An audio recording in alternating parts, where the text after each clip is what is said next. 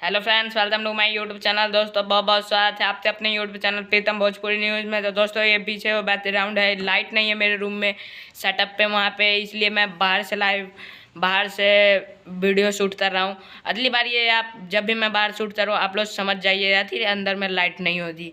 तो दोस्तों बात करने वाले हम थे खेसारी लाल यादव की एक फिल्म रिलीज हुई है यूट्यूब पे, वर्ल्ड वाइड रिजॉर्ट भोजपुरी पे, आज सुबह 9 बजे छठ के अवसर पे, और जिसका नाम है बादी योद्धा। दोस्तों इससे गाने बहुत ही सुंदर बहुत ही शानदार गाने हैं और बहुत ही अच्छे लेवल में ये शूट भी हुआ है।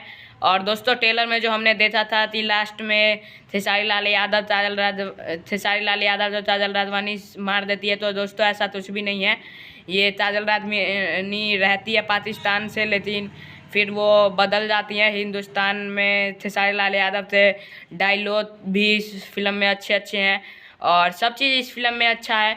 सबसे मस्त एक्शन, हर चीज़ में आपको एक्शन मिलेगा और बहुत ही बड़ा धमाके वाला एक्शन है। तो आप लोग देखना ना भूले, वर्ल्ड वाइड रिजॉर्ट भोजपुरी पे सुबह में 9 बजे रिलीज़ हो गया है। जब भी चाहे आप देख सकते हैं वर्ल्ड वाइड रिजॉर्ट भोजपुरी पे आज से।